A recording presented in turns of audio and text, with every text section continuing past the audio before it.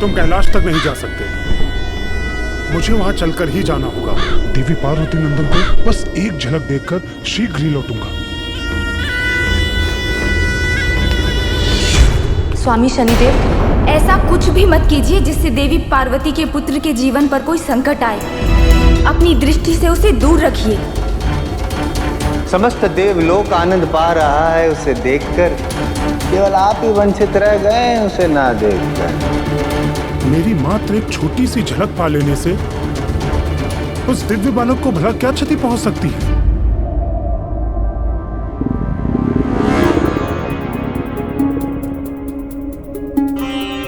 क्या हुआ पुत्र? पता नहीं माँ, अचानक मेरे उदर में हलचल हो रही है।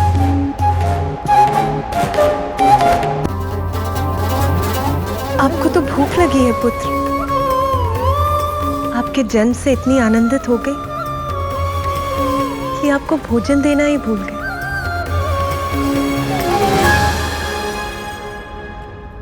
देवी कामधेनु,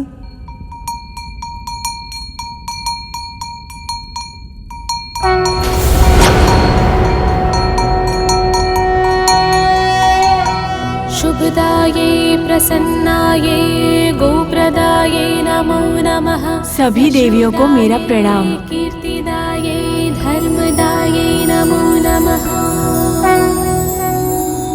महादेव, आज हमारा पुत्र अपना प्रथम आहार पाने जा रहा है।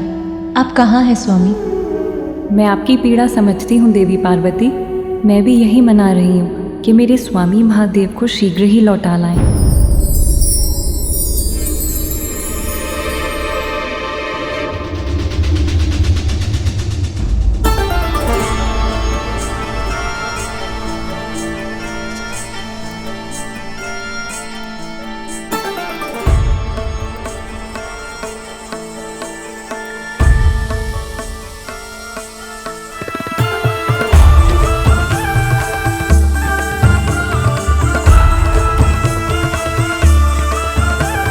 मेरे प्रभु भोलेनाथ, इन पापी अधर्मी असुरों के मध्य रहने को बाध्य हैं। इसका दंड अवश्य दूंगा मैं इस गजासुर को। अपना क्रोध त्याग दो नंदी, और इससे युद्ध के विचार को भूल जाओ, क्योंकि जो कार्य एक तिनके से संभव उसके लिए खड़क उठाने की क्या आवश्यकता है?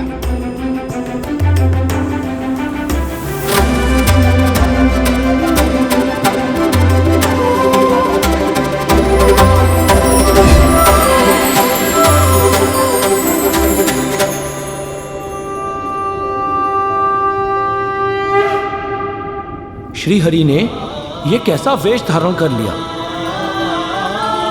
कैसा दिख रहा हो नंदी में?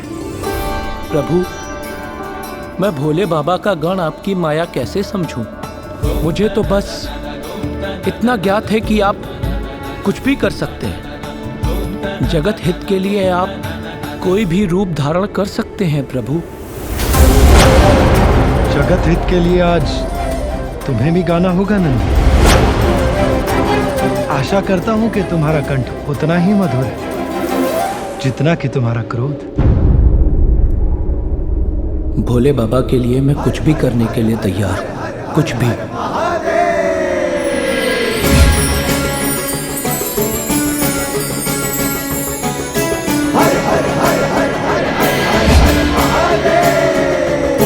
धन्य है आप प्रभु, और धन्य है आपकी माया। भोले बाबा, आप शीघ्र लौट आइए, नहीं तो आपके मित्र विष्णुदेव न जाने मुझसे क्या क्या करवा ले। विष्णुदेव, नंदी के विपरीत कला तो मेरे कड़ कड़ में बसती है।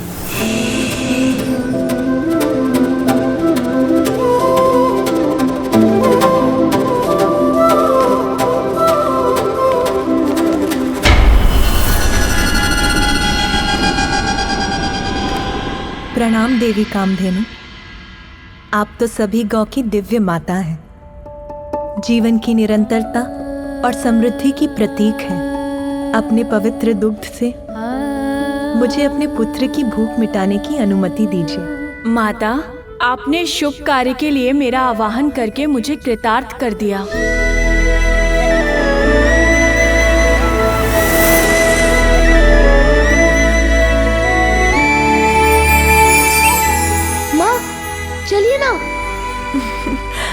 हाँ चलो।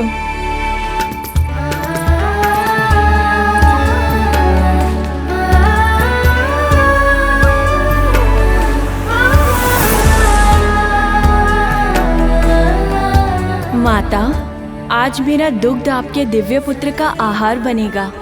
मैं धन्य हो गई। भविष्य में जब भी आपको मेरी आवश्यकता हो, आप निसंकोच मेरा स्मरण कर लीजिएगा। अब मुझे आज्ञा दे माता।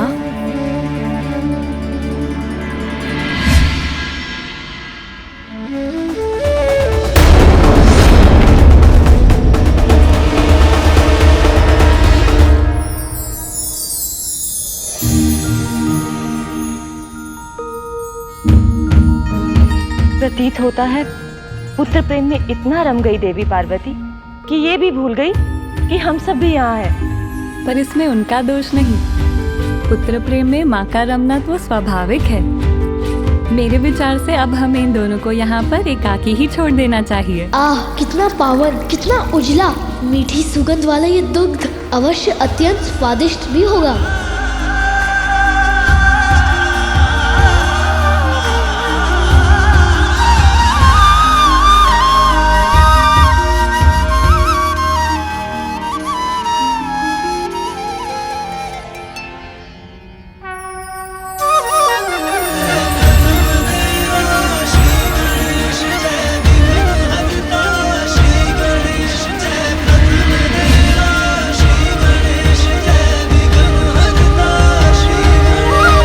दुग्ध आपको आपके पिता के समान शक्तिशाली बना देगा पुत्र। सच माँ?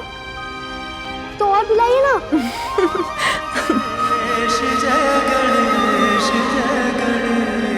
शीघ्र आपकी भेंट आपके पिता से होगी।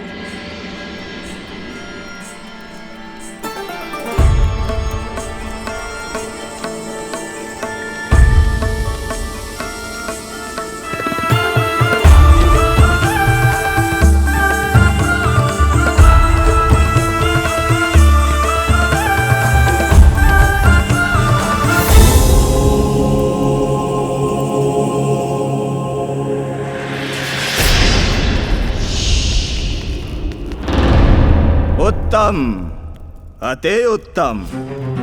तुम्हारा नृत्य अत्यधिक मनमोहक है सुंदरी।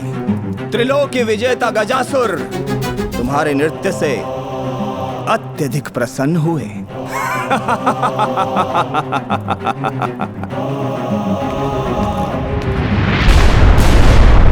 मदिरा।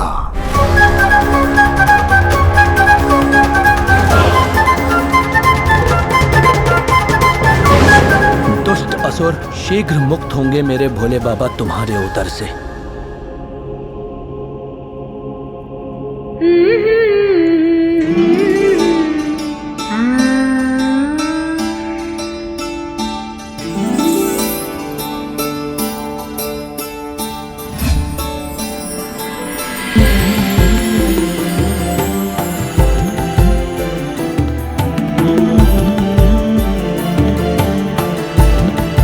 देवी रोहिणी। स्वामी आप मेरा अपने पति चंद्र का तिरस्कार कर रही हैं। तिरस्कार? मैं आपका ध्यान अपनी ओर आकृष्ट करने का प्रयास कर रहा हूं, किंतु आप हैं कि इस गीत में खोई हुई हैं। स्वामी, अपार सौंदर्य के धनी बालक ने मुझे मंत्र मुक्त कर दिया है। आप ही के समान अनुपम तेज से दमकता हुआ उसका मुखमंडल, आसमान में चमकते हुए सितारों की तरह उसके नेत्र, उसकी सम्मोहित करने वाली मधुर मुस्कान, उसकी वाक्पटुता, उसकी कुशाग्र बुद्धि, सब अत्यंत मनमोहक है स्वामी। किंतु देवी, ये अद्भुत बालक है कौन? देवी पार्वती का पुत्र है स्वामी। आनंदित कर दिया है उसने हम देवियों को। ऐसा ही मनभावन मनोहर है वो। प्रतीत होता है स्वामी कि आयु में वृद्धि के साथ वो आपसे भी अधिक रूपवान और आकर्षक हो जाएगा। सभी देवताओं में सबसे सुंदर माना जाता हूँ मैं, किंतु एक बालक मुझसे भी अधिक सुंदर और मनोहर। आश्चर्य है।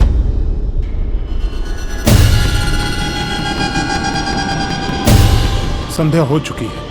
मुझे थोड़ी प्रतीक्षा करके रात्रि के अंधकार में छिपकर वहां जाना चाहिए, ताकि कोई मुझे देख ना सके। रुको!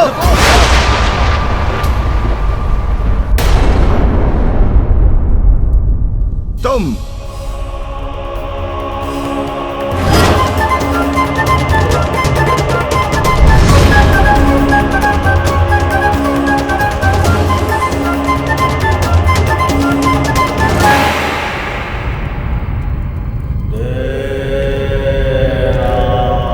मेरी दृष्टि से कुछ भी नहीं छिपा है।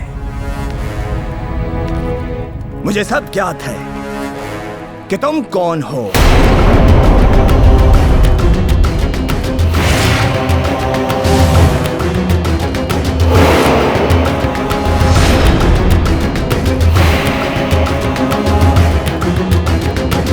अवश्य तुम ही हो हमारा विशेष मनोरंजन। तो विलंब क्यों? प्रारंभ करो।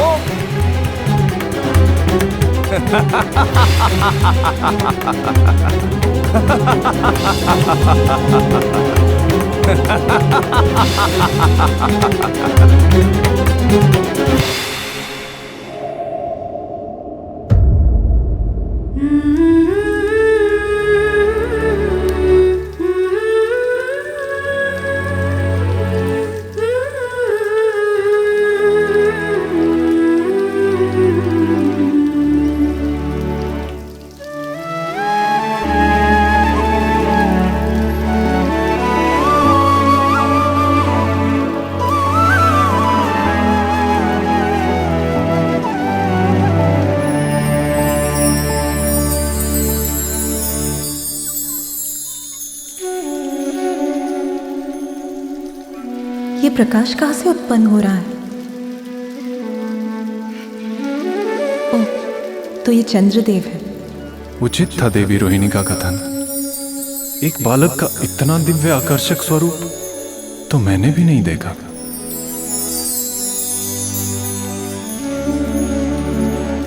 चंद्रदेव, अपने प्रकाश को कम कीजिए, सोने दीजिए इसे।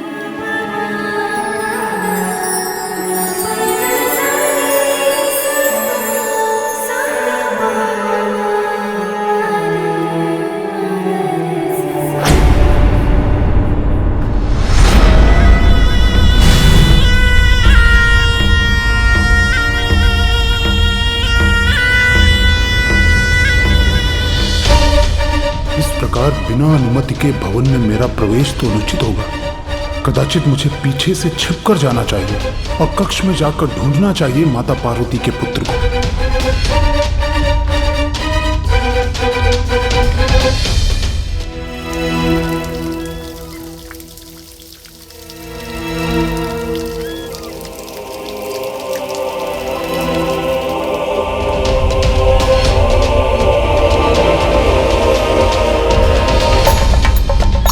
भला हो चंद्रदेव का, जिनका प्रकाश उसे ढूंढने में मेरा सहायक बनेगा।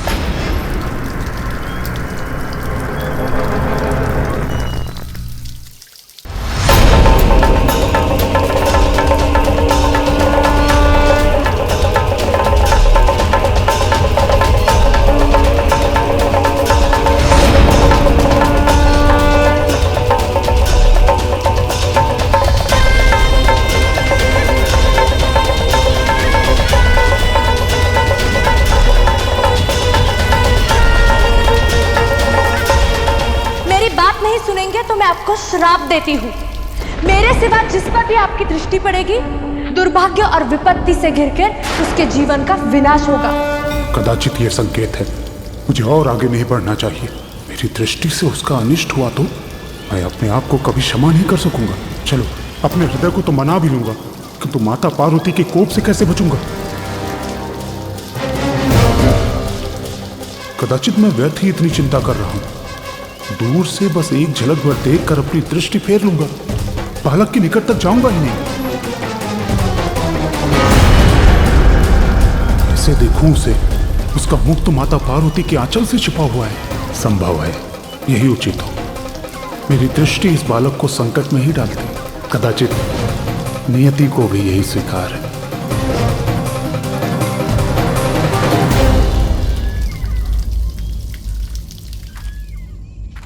शनिदेव, चंद्रदेव, कहाँ जा रहे हैं आप?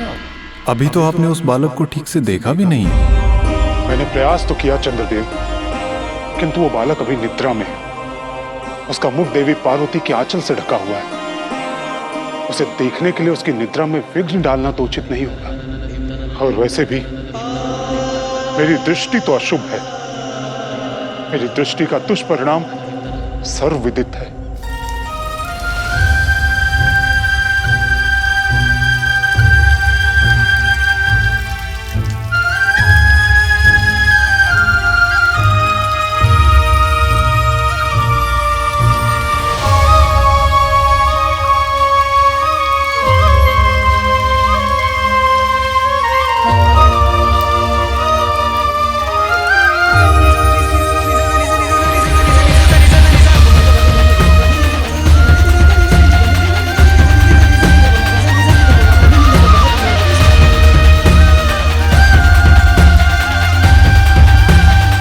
शनिदेव, अब वो निद्रा से जागृत हो चुका है। जलाशय के जल से क्रीड़ा कर रहा है।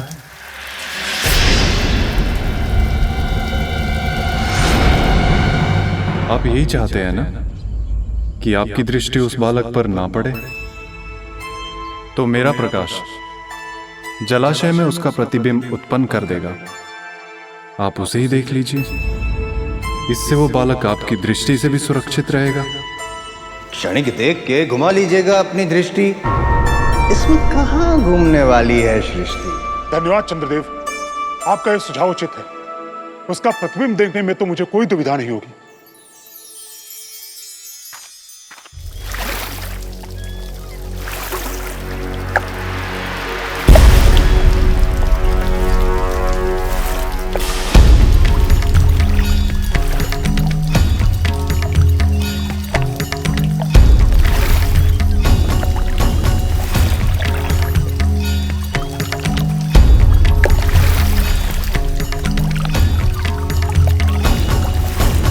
ये जल शांत और स्थिर होगा, तब तो इस बालक का स्पष्ट प्रतिबिंब देख सकूंगा मैं।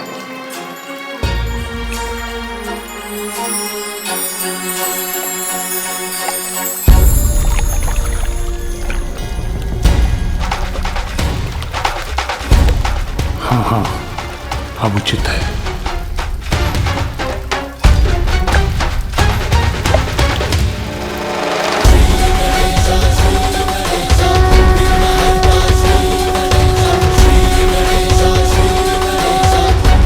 देवर्षि ने सत्य कहा था। कितना मनोरम रूप है इस दिव्य बालक का। इतनी मनोहर मुस्कान, मोतियों के समान चमकते दंत, नभ के तारों से टिमटिमाते उसके निर्मल नेत्र। अनुपम, अलौकिक है ये बालक।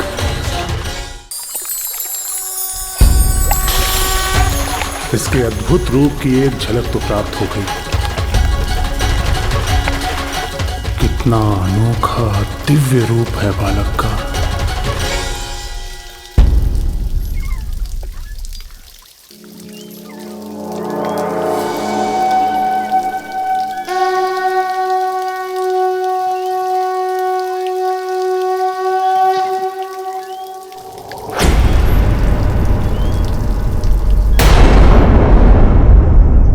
किंतु एक झलक देखकर तो तृप्ति ही नहीं मिली। हृदय तो तभी तृप्त होगा जब पूर्ण रूप से देखूंगा मैं इस बालक को।